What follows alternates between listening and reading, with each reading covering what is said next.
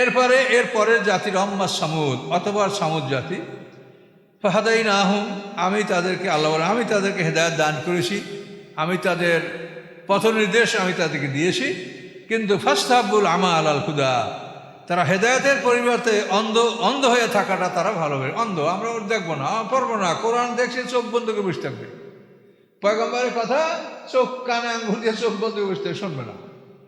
এই জন্য আল্লাহ বলেন যে তারা অন্ধত্বকে গ্রহণ করেছিল হেদায়েতের পরিবর্তে। ফাঁকাজাতুম সয়াকতুল আযাব, তাদেরকে প্রচণ্ড একটি আওয়াজ, প্রচণ্ড একটা শব্দধ্বনি তাদেরকে পাকড়াও করেছিল, হুন, যেটা অপমানজনক, বেমাকানু ইয়াকসুবুন, তাদের উপার্জনের জন্য, তাদের হাতের কামাই উপার্জনের জন্য তাদেরকে এভাবে ধ্বংস করেছে সামুদ জাতিকে। জিবরিল আমিন আইসা তাদের শহরের দুই দিকে দরজার কাছে দুই হাত রাইখা একটা চিৎকার করছে। এই চিৎকারের সাথে সমস্ত মানুষগুলির বক্ষ ফেটে কলিজা ফুসফুস সব বের হয়ে গেছে এবং রগগুলি এমনভাবে বের হয়ে পড়ছে, কোরআনে অন্যত্র আছে যে উপরে যাওয়া খেজুর গাছের শিকড় মতো দেখা যাচ্ছে, যে খেজুর গাছ উপরে, শাক গাছের শিকড়গুলো তো খুব ভয়ঙ্কর, তো ওই খেজুর গাছ যদি ঢেউয়ে ঢেউয়ে উপরে পড়ে তার কেমন দেখা যায়, তো ওই রকম ওদের রগ কলিজা এগুলা বাইর হয়ে এমনভাবে পড়েছিল মনে হয় যেন কার নাম আজাদ ও নাকলেন খাবিয়া, কোরআনের আয়াত, যে মনে হয় যেন উপরে যাওয়া খেজুর গাছের শিকড় জ্বর।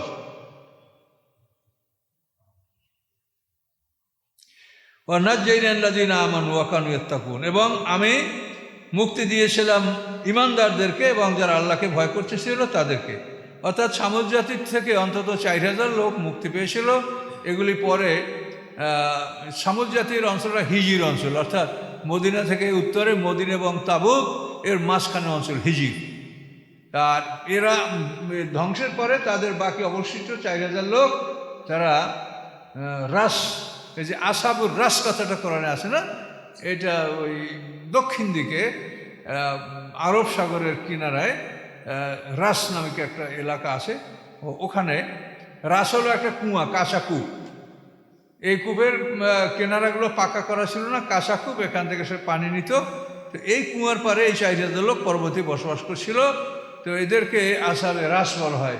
পরে আবার এরা একজন পয়গম্বরকে ওখানে তারা হত্যা করেছে, হানজালা বিন সফওয়ান নামে একজন পয়গম্বরকে তারা হত্যা করার ফলে ওখানে আবার তাদেরকে এই মুসলমান থেকে আবার তারা কাফের হয়ে আবার এরা ধ্বংস হয়েছে।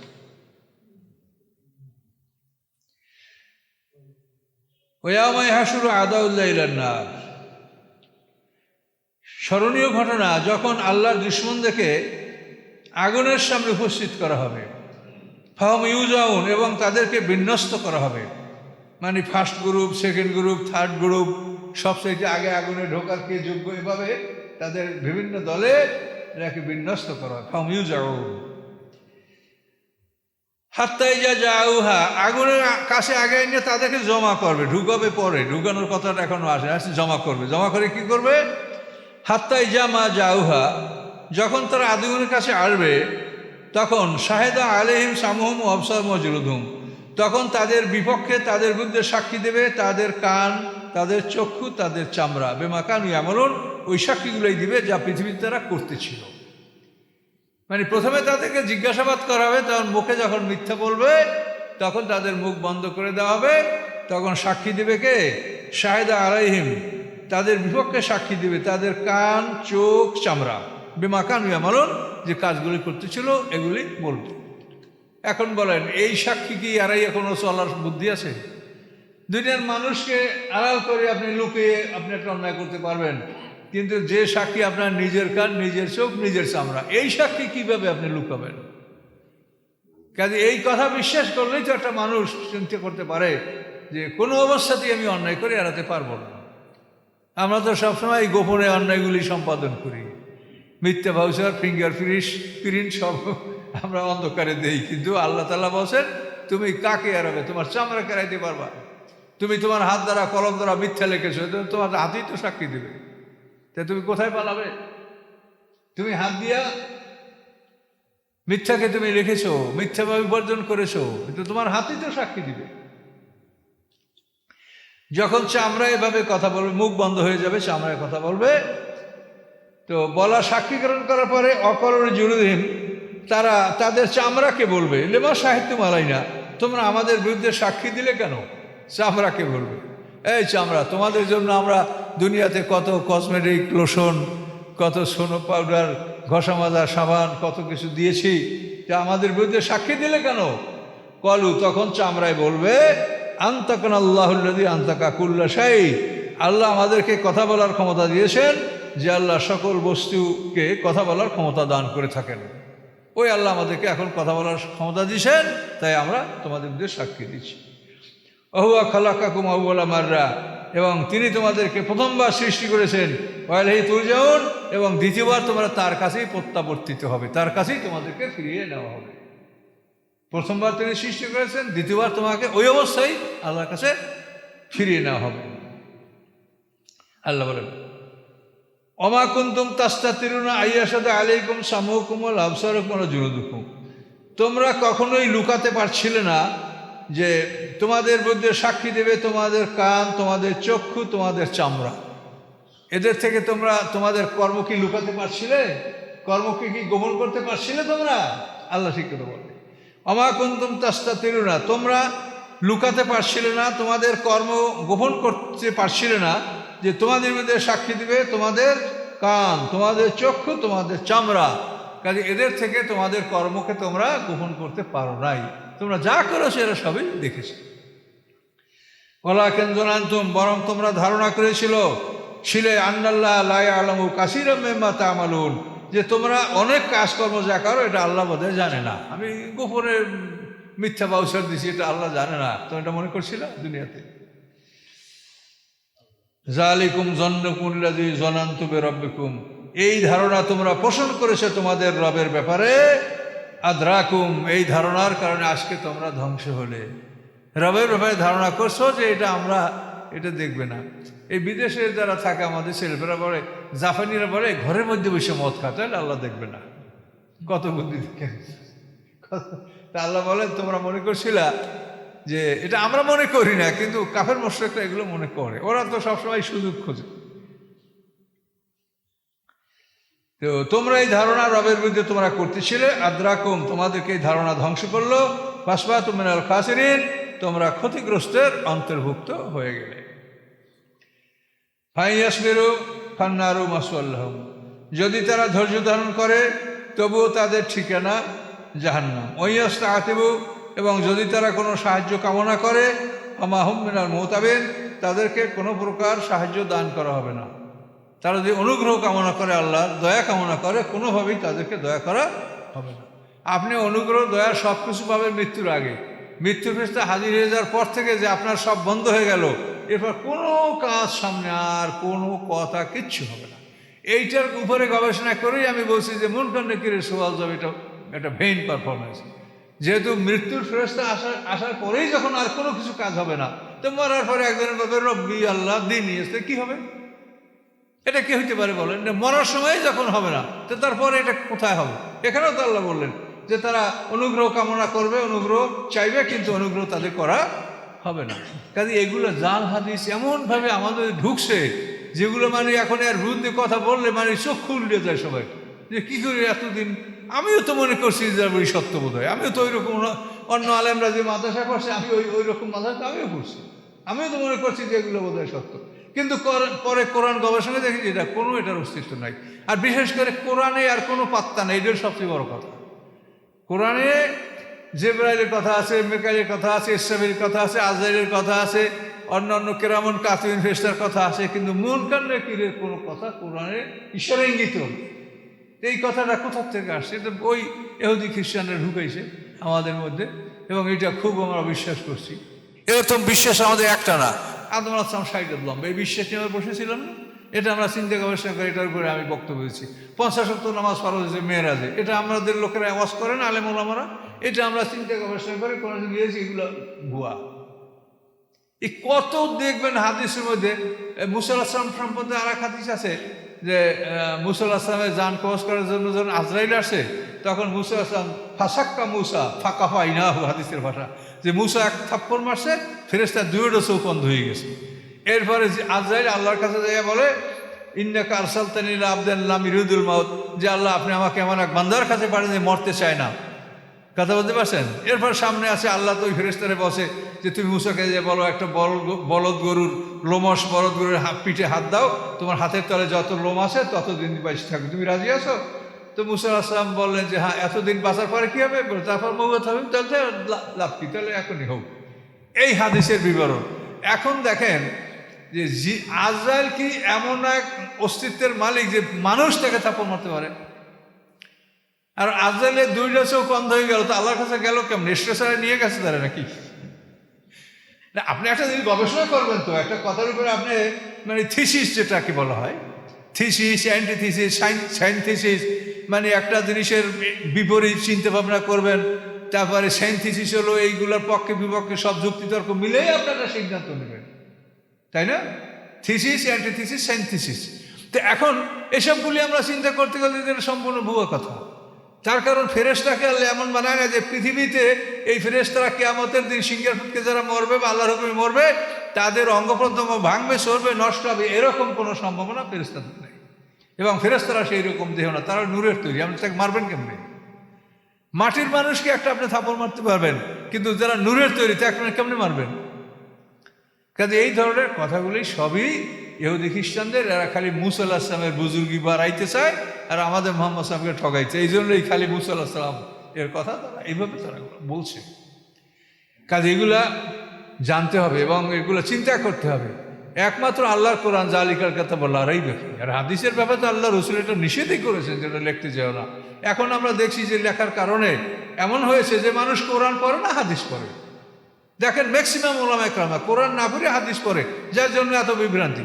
আর সবাই যদি আমরা কোরআন পড়ি, সবাই যদি কোরআনের কথা বলি, এত বিভ্রান্তি কোশ্চিন কালেও থাকবে না, যেহেতু কোরআনের কথাগুলি আল্লাহর কথা। এখানে কোনো অতটা দ্বিমত, অস্পষ্ট ক্ষেত্রে দুই একটা ক্ষেত্রে যদি বুঝের ব্যবধান হয়, এটা সময় দুই একটা হতেই পারে, কিন্তু ম্যাক্সিমাম ক্ষেত্রে কোনো মতভেদ এর মধ্যে আমরা করবেন না।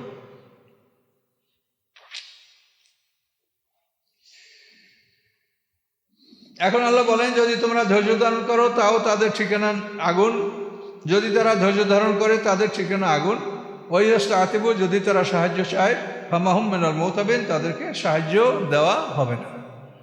তো এভাবে অন্য জায়গায় আছে সাওয়াউন আলাইনা আযাযানা আম সাবারনা মা লানা মিন মাহিস, মানে কাফেররা বলবে আমরা 500 বছর ধৈর্য ধারণ করে দেখি যে আল্লাহ আমাদের ধৈর্য ধারণ করার পরে আমাদের মাফ করে কিনা, তো দেখে হয় না। তারপর 500 বছর আমরা কান্নাকাটি করে দেখি, তাই 500 বছর আবার কান্নাকাটি করবে, তারপরও কোনো ফলাফল হবে না, কেউ তাদের ডাকে সাড়া দেবে না।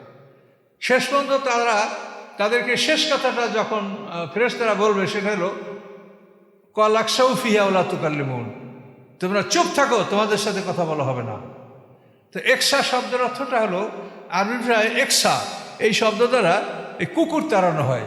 আমরা কুকুর হাই সাই সেই সেই করে তাড়াই না, তো আরবি ভাষা হলো একসাউ, মানে এটা কুকুর তাড়ানোর ভাষা।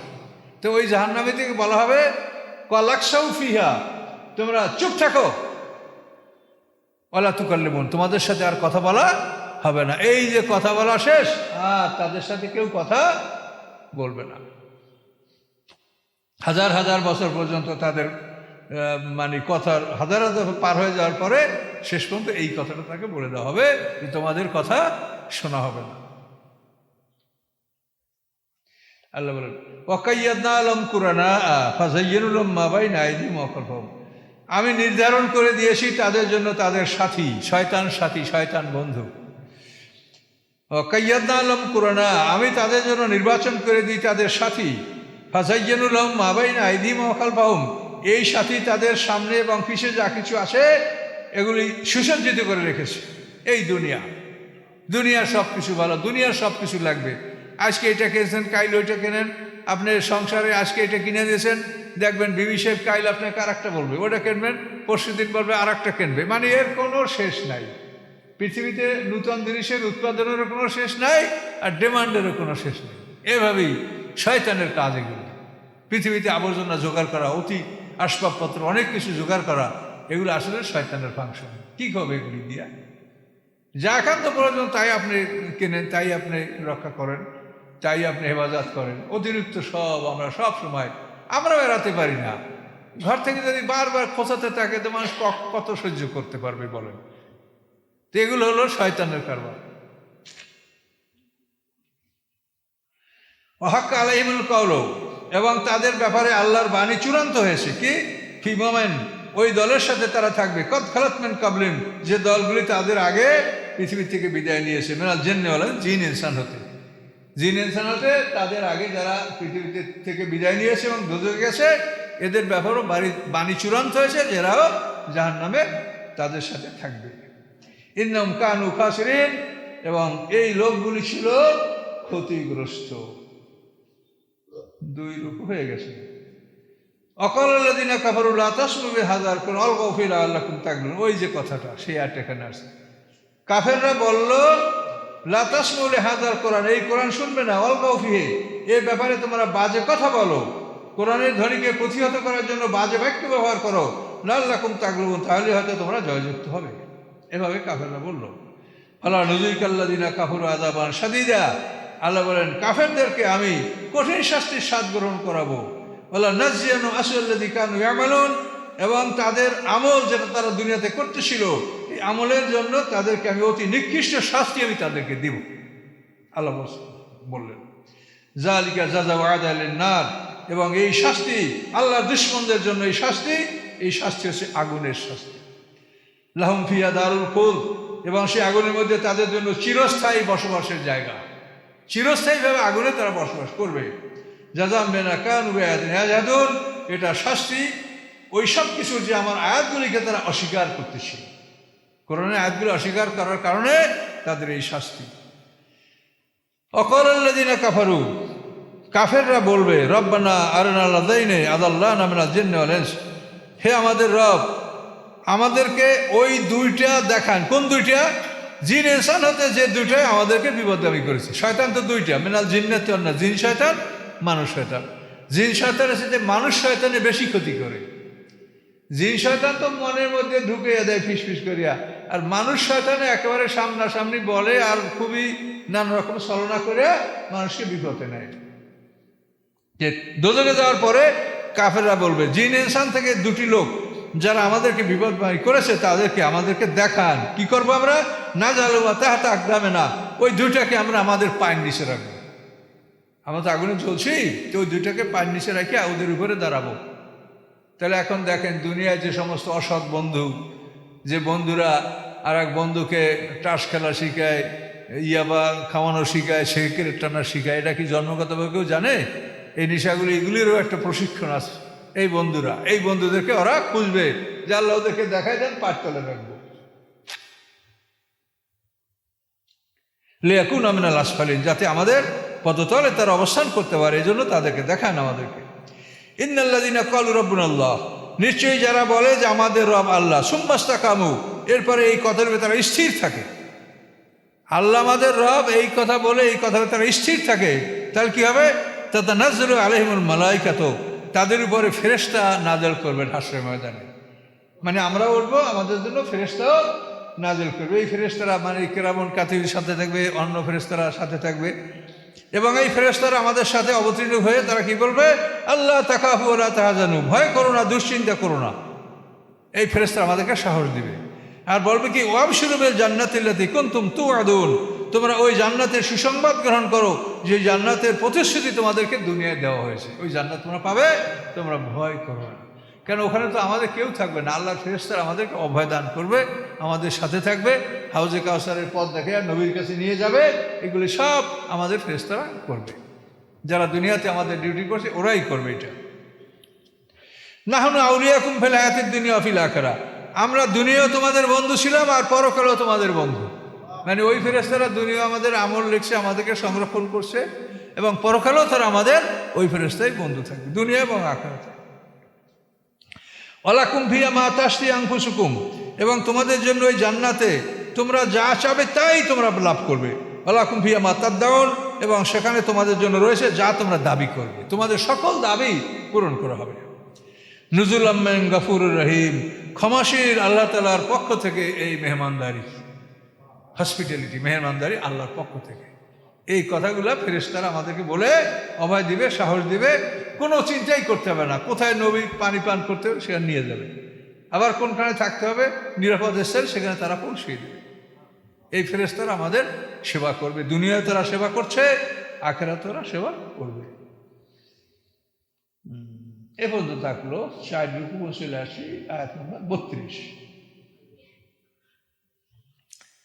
আস্তাগফিরুল্লাহ আল্লাযী লা ইলাহা ইল্লা হুয়াল হাইয়ুল কাইয়্যুম ওয়া আতুবু ইলাইহি লা হাওলা ওয়া লা কুওয়াতা ইল্লা বিল্লাহিল আলিয়্যিল আযীম اللهم صل على محمد وعلى آل محمد كما صليت على إبراهيم وعلى آل إبراهيم إنك حميد مجيد اللهم بارك على محمد وعلى آل محمد كما باركت على إبراهيم وعلى آل إبراهيم إنك حميد مجيد اللهم آمين ربنا ظلمنا أنفسنا وإن لم تغفر لنا وترحمنا لنكونن من الخاسرين ربنا لا تزغ قلوبنا بعد إذ هديتنا وهب لنا من لدنك رحمة إنك أنت الوهاب ربنا لا تؤاخذنا إن نسينا أو أخطأنا ربنا ولا تحمل علينا إصرا كما حملته على الذين من قبلنا ربنا ولا تحملنا ما لا طاقة لنا به واعف عنا واغفر لنا وارحمنا أنت مولانا فانصرنا على القوم الكافرين سبحان ربك رب العزة عما يصفون سلام على المرسلين الحمد لله رب العالمين السلام عليكم